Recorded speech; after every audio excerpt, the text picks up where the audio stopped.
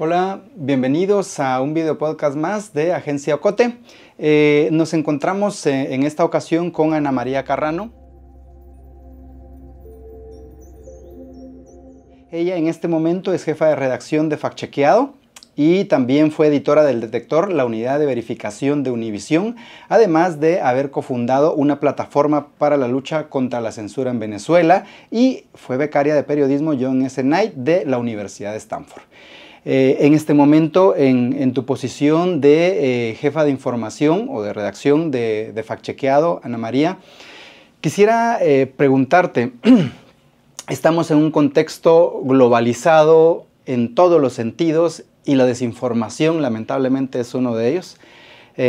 ¿Cómo este medio, desde un país tan grande, tan diverso, en donde hay una comunidad latina muy fuerte y que en este momento sufre la desinformación desde muchas aristas, logra combatirla?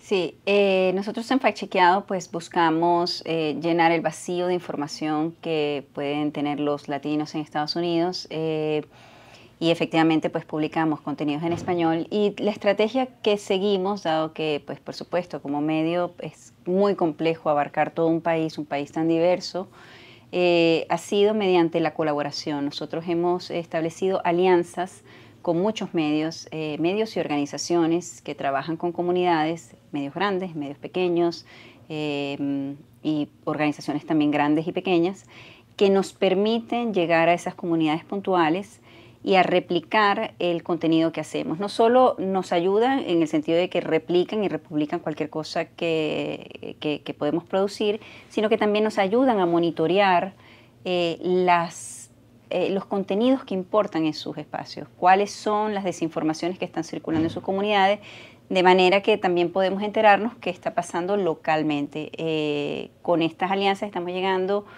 tenemos más de 130 alianzas y estamos llegando a 24 estados más Puerto Rico. Se dice poco y como dices es un medio pequeño, pero con lo que me estás diciendo no es tan pequeño porque si sumamos 24 estados, o sea, es algo enorme tomando en cuenta que es Estados Unidos. Pero ahora que lo mencionas, también recordaba que FactChequeado es un medio aliado de LATAM Chequea, una entidad en la cual están aglutinados más de 45 medios y organizaciones que luchan contra la desinformación en toda América, España y Portugal, incluyendo Brasil, de la cual también forma parte Agencia Ocote. ¿Cuán importante es para estos medios pequeños, para todos nosotros que somos medios pequeños, poder hacer estas alianzas y así convertirnos como en aquellos robots que se transforman y logran ser alguien grande para en realidad impactar? Tú lo has dicho. Pequeños y unidos nos hacemos grandes. Yo creo que estamos en un tiempo en el que la colaboración es más importante que nunca. Necesitamos colaborar, no competir.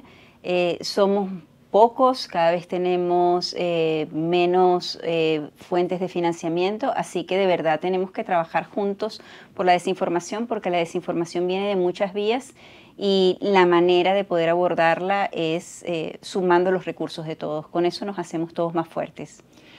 Esa fuerza también la estoy recordando en que el reciente informe del Reuters Institute, ¿verdad? Que salió recientemente hace un par de meses, habla sobre que las personas o las audiencias creen menos cada vez en los medios de comunicación y creen más en las personas que generan contenido. Y evidentemente ahí está para nosotros que somos profesionales en el ejercicio de sabemos que hay cierto rigor, que hay un método que debemos utilizar para que la información sea veraz. Sin embargo, estas personas tienen ese concepto de viralidad, tienen ese concepto de poder llevar a las masas contenidos y utilizar formas que para nosotros a veces se vuelven un poco como de reacias, ¿verdad? ¿Crees tú también que estas alianzas pueden llevarse a cabo con personas que realizan esto, pero que lo hacen también con cierto rigor, que lo hacen también con cierta ética?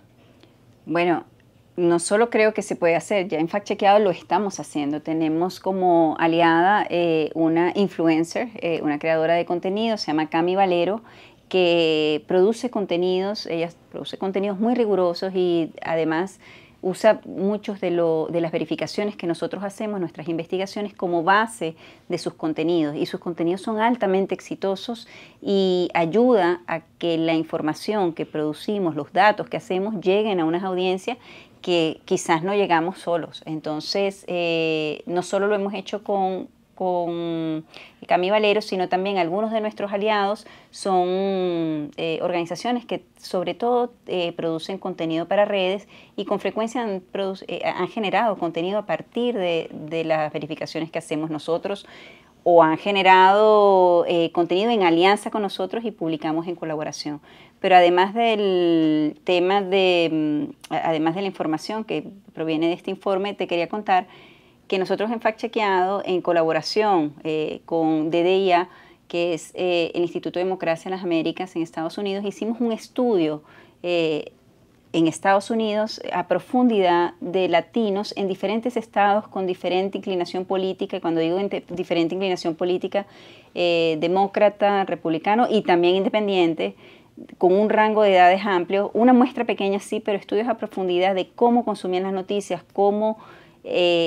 cuáles eran los contenidos que llaman la atención. El reporte tiene muchos hallazgos, entre tantos hallazgos, bueno, se encuentra disponible online tanto en nuestra página web como en el DDIA, se llama Conversaciones con Latinos, el nombre del reporte, y entre muchos de los hallazgos efectivamente hay una fatiga de los medios de comunicación, se creen algunos, pero se prefiere el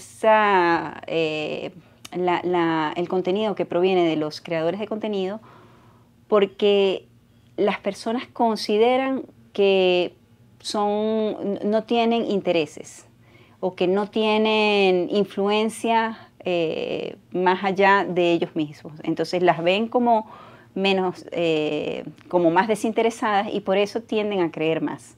Y esto fue curioso verlo en latinos, como te digo, de diversos grupos etarios, más diversos estados y diversas inclinaciones políticas. Y hay que hacer una acotación aquí, bien tú lo dices, porque digamos mi pregunta anterior era un poco, o sea, ellos tienen algo que nosotros no tenemos, no, pero hay matices, ¿verdad? Y tú lo acabas de apuntar. Y uno de ellos que recuerdo es eso de que si bien las audiencias prefieren el contenido de generadores de contenido, también dicen de que ellos a veces no saben cómo enviar esa información o es difícil encontrar de dónde es que la obtienen. Y entonces yo te quiero preguntar, con base en esa experiencia que tú dices que es positiva de esa alianza que ustedes ya tienen, aquí al resto de Latinoamérica, a Guatemala, que es donde estamos, ¿cómo podrías decirles, miren, busquen esas alianzas?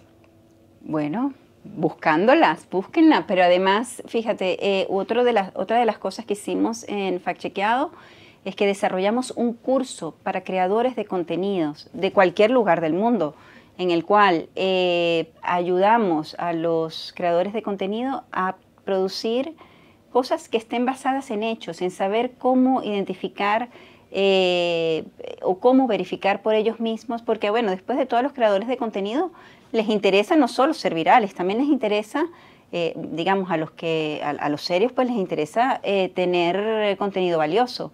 Entonces les estamos ofreciendo herramientas y ese curso pues puede perfectamente estar disponible para diferentes creadores de contenido de cualquier parte para que puedan establecer nuevas alianzas. Seguramente ustedes en cada comunidad pueden identificar en qué personas creen para atraerlas y no solo ofrecerles, es decir, no hay que pensar, bueno, estos no son unos enemigos de nosotros, no es que ahora nos están robando un espacio, no, hay que crear alianzas, hay que traerlos y hay que, si no tienen las herramientas, ofrecérselas, enseñarles los métodos.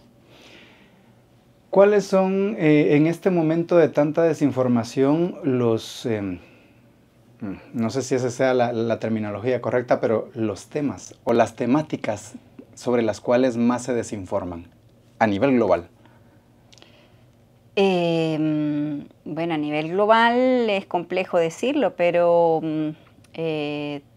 digamos que Bueno, te puedo decir el contexto de Estados Unidos, que es el que en el que trabajo todos los días. Digamos, porque cada país tiene sus propias realidades.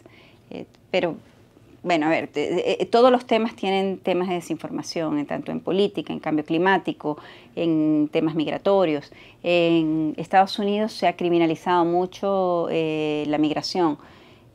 Todo migrante es un criminal, los inmigrantes han subido el índice de criminalidad de todas partes. Todos esos son narrativas desinformantes, o se considera también, eso es algo que de alguna manera atraviesa muchos países, que tiene que ver con la migración indocumentada, pues vota en las elecciones. Y aquí paso al tema electoral. Cada vez que hay elecciones en diferentes lugares del mundo, se repiten constantes que son narrativas desinformantes que buscan de alguna manera generar desconfianza en el proceso electoral, desde decir que los fallecidos votan, decir que las urnas vas a votar por uno y sale otro, o para amplificar las irregularidades. Hay irregularidades pequeñas en todo proceso, algunos que tienen que ver por temas burocráticos, y amplifican esas irregularidades para hacerlas, hacer ver procesos que pueden ser regulares como situaciones de fraude. Esas son constantes o también, en procesos de campaña se ve que se atribuyen citas falsas a los candidatos, o que circulan supuestas encuestas con unos resultados que no son los mismos resultados que son los reales, o son encuestas diferentes, o imágenes manipuladas también. Son constantes que se ven mucho en procesos electorales, y eso sí ocurre en procesos electorales del mundo, ¿no?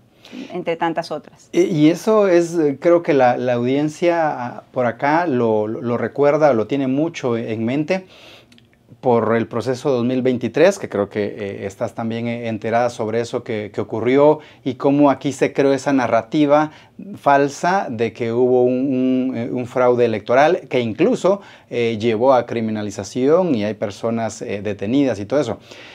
Lo digo porque en las últimas elecciones en Estados Unidos también se dijo, y se dijo, al menos en las noticias así aparecía, del lado republicano, y es el lado que al final resultó electo.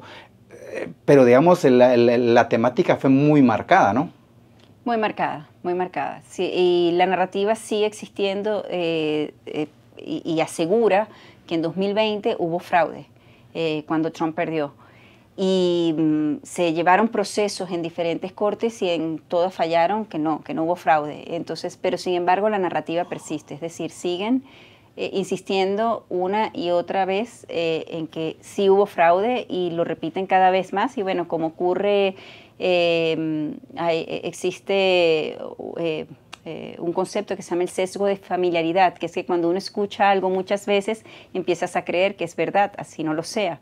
Entonces, bueno, allí prela pues un poco el sesgo de familiaridad. La gente ha escuchado tanto que hubo fraude en las elecciones de 2020 que muchas personas, por insistencia, comienzan a creerlo. Y ahora que mencionas eso, esas narrativas se sostienen o se mantienen allá, justo como decías, contra la migración indocumentada, contra el cambio climático, ¿verdad? Con eso que incluso está la toma de decisiones a nivel gubernamental de sacar al país de los protocolos y todo lo que tiene Naciones Unidas en defensa del ambiente. Esta parte de elecciones, la parte religiosa está siendo muy golpeada también en cuanto a desinformación en Estados Unidos, ¿no? Muchísimo, sí. Por ejemplo, en el tema del cambio climático, por ejemplo, hay dos líneas muy visibles. Por ejemplo, está el área del negacionismo, y luego las personas que dicen, bueno, no hay cambios suficientes, o sea, como relativizan cualquier tipo de acción. Bueno, ¿para qué vamos a hacer acción si esto no es ahorita, ¿no? Entonces, en el tema del negacionismo, pues entran una serie de contenidos, de temas en los que empiezas a ver que incluso pueden derivar en teorías conspirativas. Bueno, si esto no tiene incidencia humana, o sí tiene incidencia humana, pero es una incidencia humana que se usa es para manipular. Y entonces ahí es donde entra, por ejemplo, todas esas teorías, por ejemplo, de los chemtrails, de las estelas químicas, que entonces sí, el cambio climático ocurre porque nos colocan unas estelas químicas para manipularnos o para perjudicarnos, o están haciendo la Agenda 2030 con la idea de confinarnos, de manipular la población para confinarnos en ciudades pequeñas, para no dejarnos salir, encerrarnos. Entonces, todas las decisiones o todas las informaciones se empiezan a ver bajo esa lupa y, bueno, y tenemos entonces una serie de narrativas que empiezan a modelar el pensamiento de muchas personas, pues, y a rechazar políticas en función de eso. Ese rechazo a políticas que al final resultan afectando a personas, tengo ahorita en mente dos casos que se están dando en Estados Unidos tanto como aquí, y quisiera nombrarlos. El primero, ¿cómo ves esa narrativa que se dio a partir de la pandemia, donde se decía que las vacunas eran malas, y por toda la diversidad de temas que son en teoría malos, ¿verdad?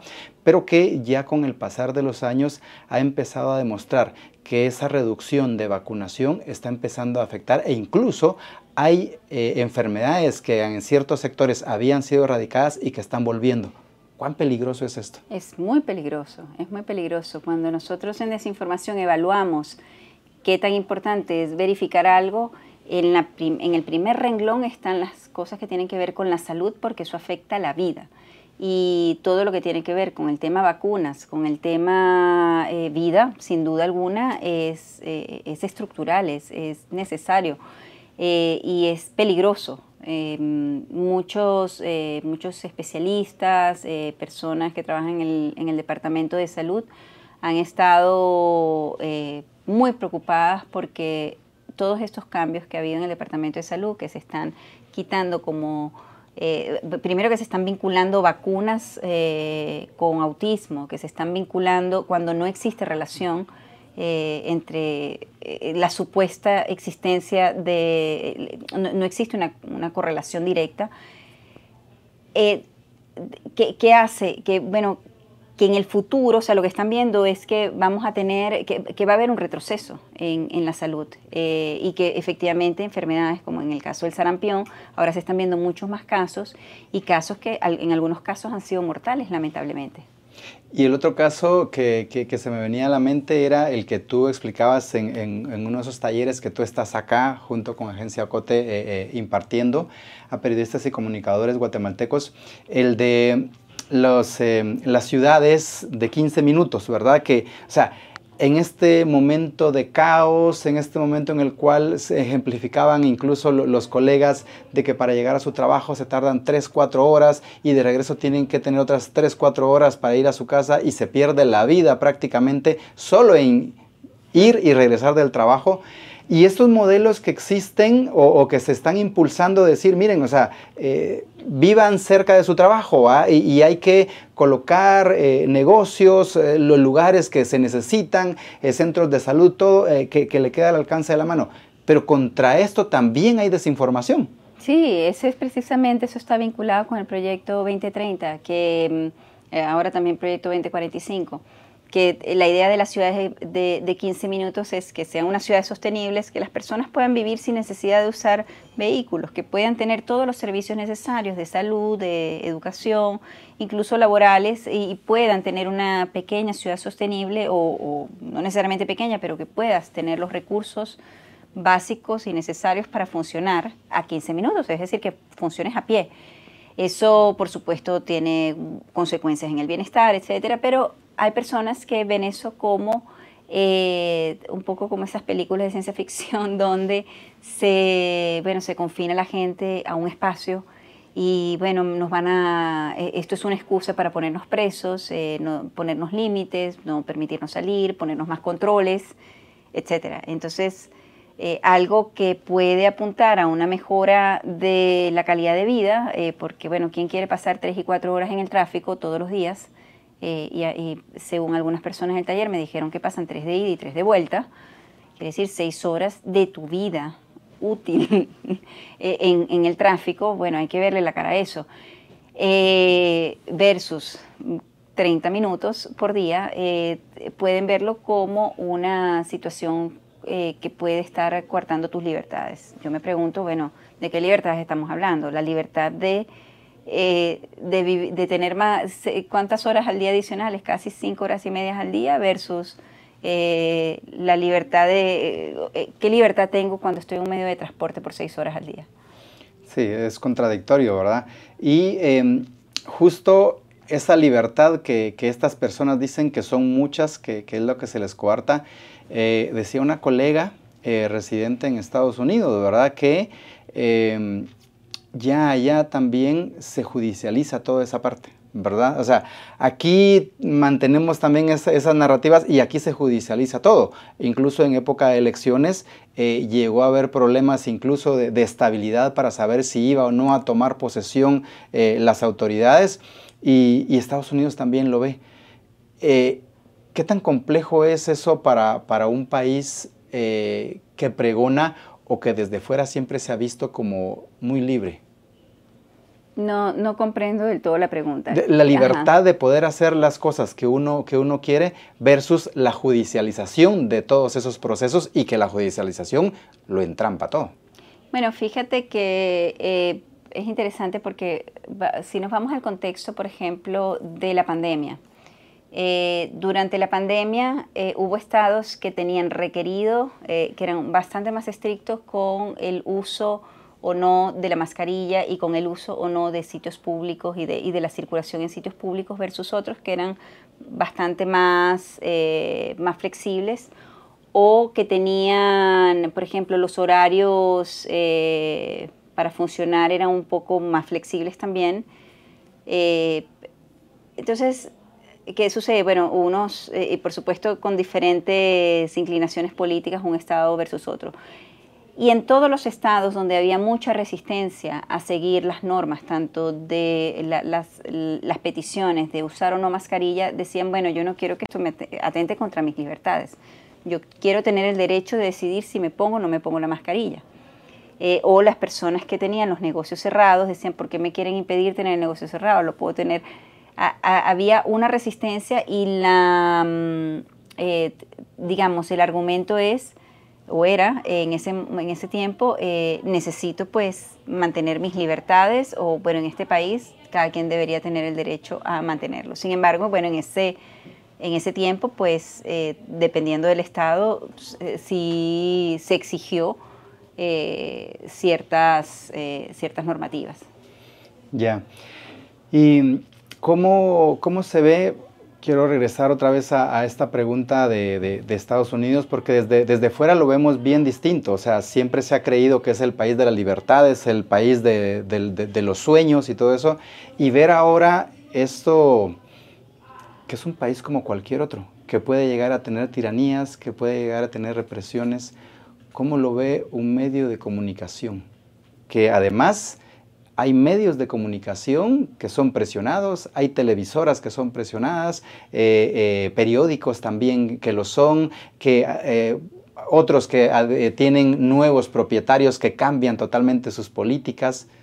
¿Cómo se ve eso desde ese país? Bueno, se ve con mucha preocupación, la verdad. Creo que hay unos grandes desafíos que estamos viviendo. Ha habido sin duda amenazas a la primera enmienda, digamos, claras amenazas con acciones específicas que muestran, bueno, obviamente trazos visibles de autoritarismo, ¿no?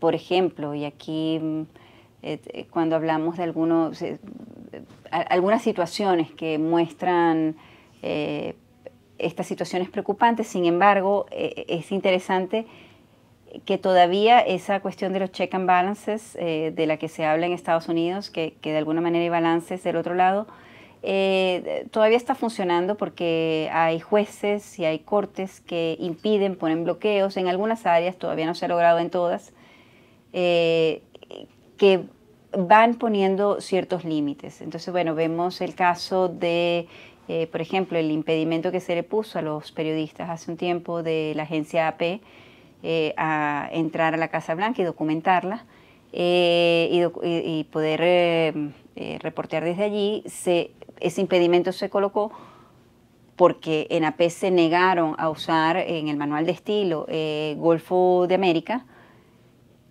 Ese impedimento pues luego fue relevado.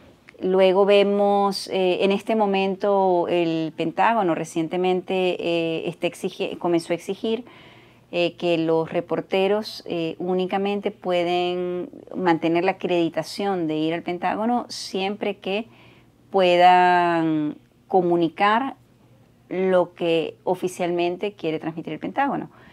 En este momento hay resistencia, vamos a ver hasta dónde llega esa resistencia. Es decir, están pasando los intentos de abuso y hay ciertos límites que todavía se están poniendo. Vamos a ver de qué manera sigue funcionando ese balance.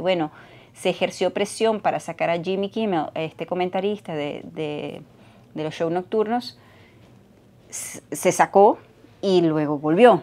Es decir, que la presión y las críticas que incluso republicanos muy conocidos criticaron y dijeron, epa, esto es una violación de la primera enmienda, se restituyó el programa. Entonces ahí es cuando uno ve, vamos a ver si hasta qué punto estas presiones que sí están pasando, sí son reales y sí están ocurriendo a todo nivel, desde el punto de vista económico, desde el punto de vista de acciones que impiden, algunas visibles, otras no tan visibles, hasta qué punto hay resistencia y qué tanto progresan. En este momento lo que podemos hacer los medios es documentarlo, es informarlo y es explicarle a nuestras audiencias con los mejores recursos disponibles lo que está pasando.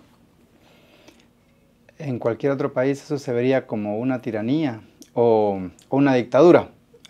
Aquí aún no, ¿verdad? Pero ese es parte del dilema que afrontamos los medios de comunicación. Y ya para ir cerrando esta charla que hemos tenido contigo, tal vez si tuviera esa varita mágica de decirme, o esa esfera de decirme, ¿cómo ves tú los medios de comunicación en medio de este caos de desinformación de aquí a futuro? Incluyámosle con inteligencia artificial, con más desarrollo tecnológico y todo eso. Está difícil pensar, imaginar qué puede pasar en el futuro. Lo que sí creo es que el desafío que tenemos los medios de comunicación, grandes y pequeños, es integrar la inteligencia artificial en nuestros procesos, es integrar la inteligencia artificial en la forma en la que le llegamos a la audiencia, aprovecharla. No dejarla solamente del lado de los políticos, ni dejarla únicamente del lado de los desinformantes. Hay que aprovecharla para poder comunicar los contenidos verificados, poder comunicar los datos que obtenemos. Y también tenemos que ver cómo nos comunicamos de maneras novedosas, atractivas, interesantes, entretenidas con la audiencia.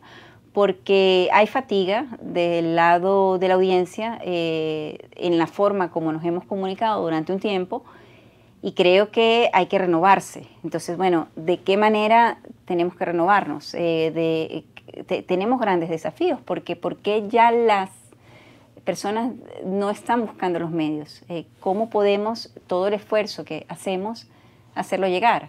Y tenemos que para eso ser creativos, innovadores y conversar, buscar a la gente de la que queremos llegar para comprenderlos, para acercarlos, para que exista verdaderamente un canal de comunicación. Así que lo que creo es que si queremos ser influyentes, y esto no es una predicción, sino más bien un deseo, es que tenemos que hacer un periodismo más participativo, que comunique más y que nos acerquemos más a nuestras audiencias, más cercano. Bueno, y con esa comunicación o esa interacción con nuestras audiencias para que en realidad podamos ser efectivos como medios de comunicación, queremos agradecer el espacio que nos ha regalado también aquí Ana María Carrano, jefa de redacción de Fact Chequeado, y a nuestra audiencia también les agradecemos la presencia aquí con nosotros, les agradecemos también la interacción que puedan tener y que nos visiten en nuestras redes sociales y en nuestra página web agenciaocote.com.